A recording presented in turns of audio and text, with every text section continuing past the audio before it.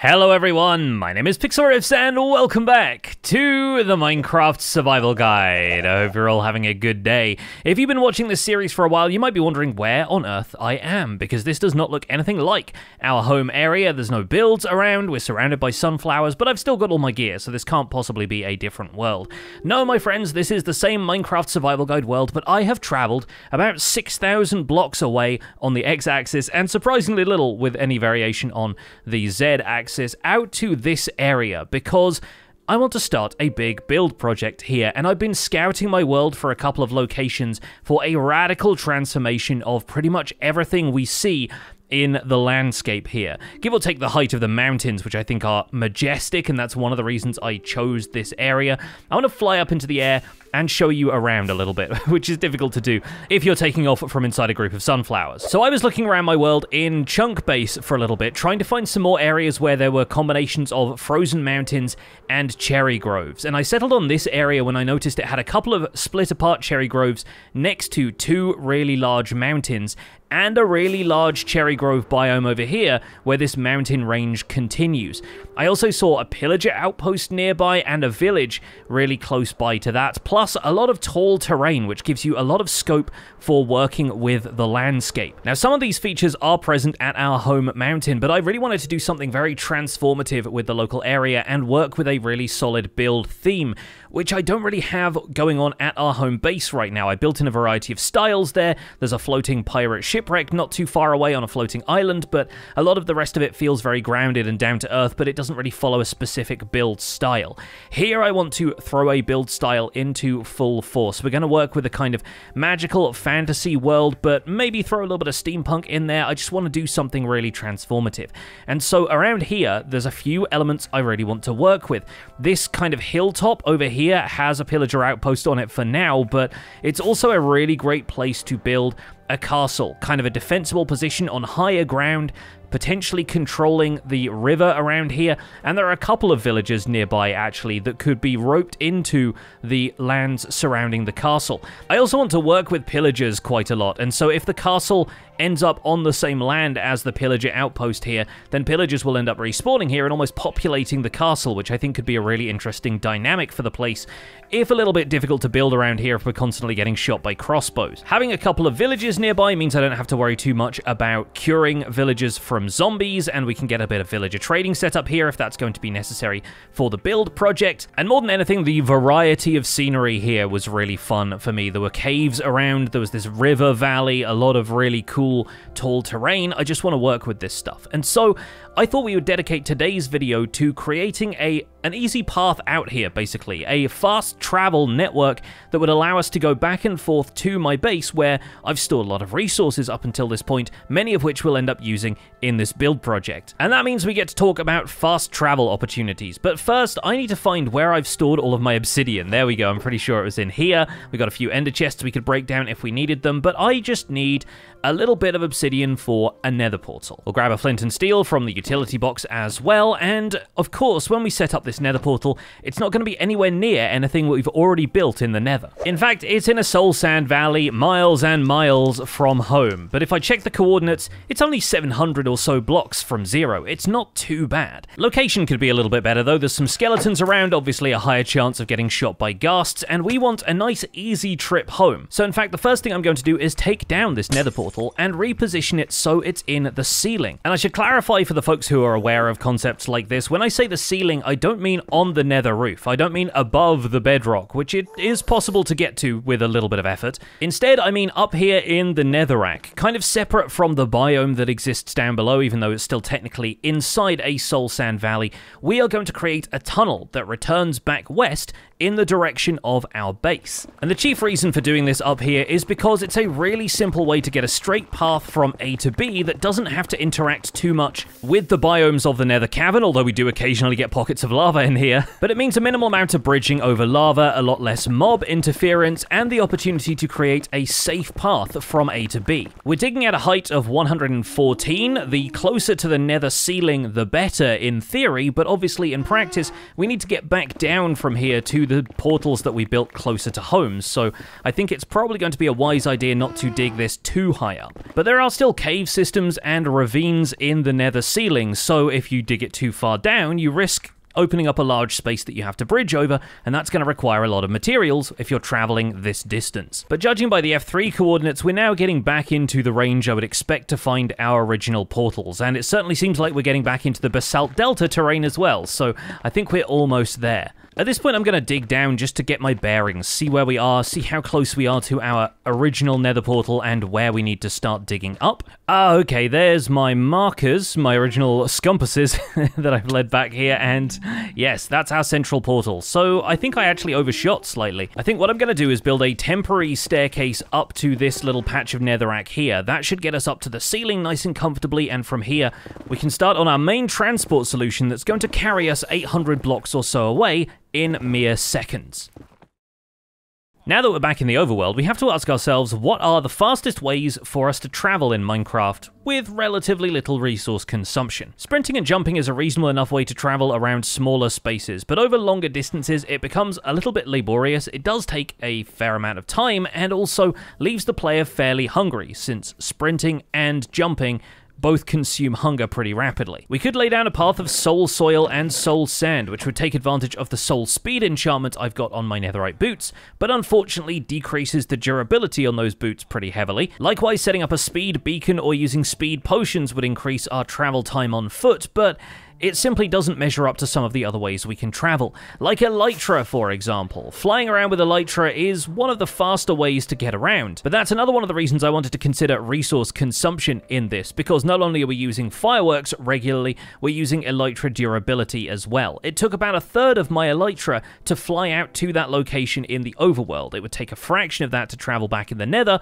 but it's still a long distance. And that's why I would like to introduce something that is going to be a lot of work, but is going to potentially be one of the fastest methods of transport so far, even faster actually than flying with elytra, and that is to use ice and boats. Now, to the uninitiated, this might seem like a pretty strange solution, but ice has this unique property in Minecraft where the player retains a certain amount of momentum on it. There is less friction, you slide around, in layman's terms, and in Java Edition at least, that also applies to when you're traveling on top of ice in a boat. You might have experienced this effect if you've ever tried to lay down a boat on an icy river in a frozen biome and started to travel. You actually travel a lot faster than you do on any other kind of solid block, but the difficult to handle part is that you slip around and it's very difficult to stay on the ice, especially if the banks of the river close in nearby, or in this case, if you're traveling along a very thin strip of ice. But I'm going to extend this strip of ice out a little bit further. We'll do a full stack of each type of ice, and we can measure how fast we travel across each section. So there are 3 types of ice in the game, each with slightly different properties. Regular ice is the transparent one. This will also melt if you put light sources too close to it, so that's another concern that we need to bear in mind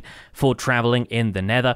And in theory, this is the least slippy form of ice. Next, we have packed ice, which is very much in the middle. It's slightly slippier than regular ice and does not melt when it's near a light source. And finally, you have blue ice, which should in theory be the slippiest, and therefore the least friction will be applied when we travel, meaning that the boat can pick up the most speed.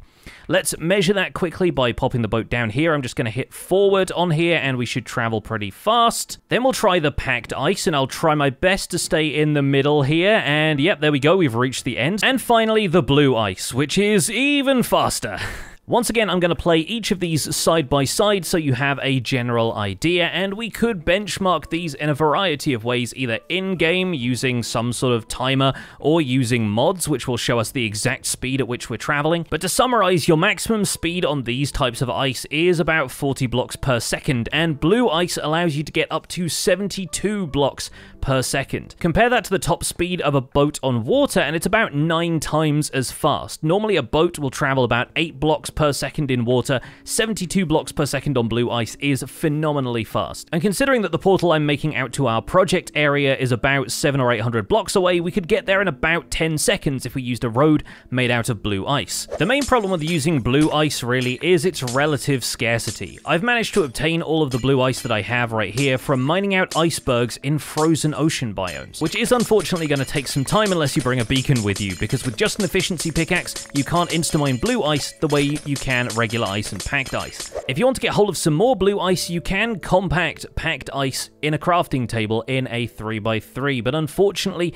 you're going to get a 9:1 ratio of blocks in to blocks out, and the same is true of regular ice compacting into packed ice. You'll only get 7 blocks out of a stack, meaning that you actually need 81 blocks of regular ice to make a single block of blue ice. So if you're looking for blue ice to be a renewable resource, it's possible, but it will take a while. We'll look into ice farms in a future video. For now, one of the important things to note as we build an ice path out in the nether is that the blue ice can be placed 1 block apart. Because the hitbox of a boat is wider than 1 block, the boat will be able to travel over multiple blocks of blue ice like this without falling down into the cracks. Another important thing to note is that blue ice is a solid block and will therefore be spawnable to any of the denizens of the nether that can spawn in the biomes in which we're traveling. So if there are nether wastes biomes, then we could potentially get zombie piglins spawning on here and regular piglins. Soul sand valleys would spawn skeletons on these. If the tunnel is wide enough, you could get magma cubes spawning in basalt deltas, the kind of things that would obstruct your boat and prevent it from traveling any further. So as we construct a path through the nether, we're going to be adding buttons to the top surface of any ice blocks. This will make the block unspawnable whilst also not impeding the progress of the boat. The boat will still slide off just as easily as it would if the ice block had nothing on top of it. If we space these out every other block, we have about 228 blocks here, I guess, so we should be able to make that stretch to about 500 blocks, give or take, which is not too bad, but we will need to go and get hold of some more blue ice.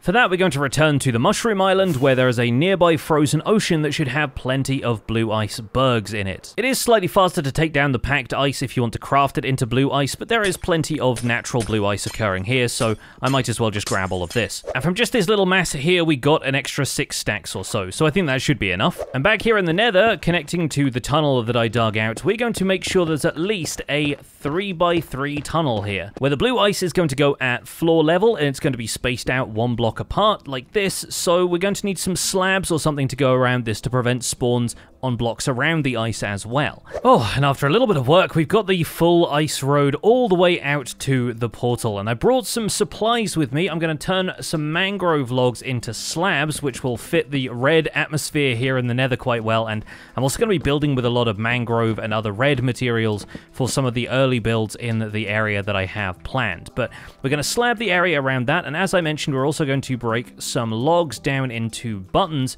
to put on top of these blocks of ice to make sure that they aren't spawnable, and in areas like this where we could get potential magma cube spawns from the basalt delta or a couple of piglins which have already spawned once or twice as I was laying out the ice here, that is just going to prevent them from spawning on here and interrupting our boat trip. But from this end, I can just throw a boat down on any of these ice blocks, and the proximity of the walls on either side here is going to prevent me from falling off. So even if we're sandwiched up against one wall, we should be able to make it down here, and you can see the acceleration. You can see me pick up speed, and we're probably traveling at about max speed now. The portal is coming up, and once we hit the portal, something new is going to happen that didn't happen in previous versions. You see, entities like boats and minecarts are now able to directly travel through nether portals with passengers, which was not possible before Minecraft 1.21, which means we can now go straight through the portal, load into the overworld. I think that'd make a really spectacular way to enter this area, almost as though we've come through on some sort of monorail. Anyway, it's dark out here, so I'm going to quickly sleep to make sure that I don't cause too many hostile mobs spawning in this area, and then we're going to pop back through to the nether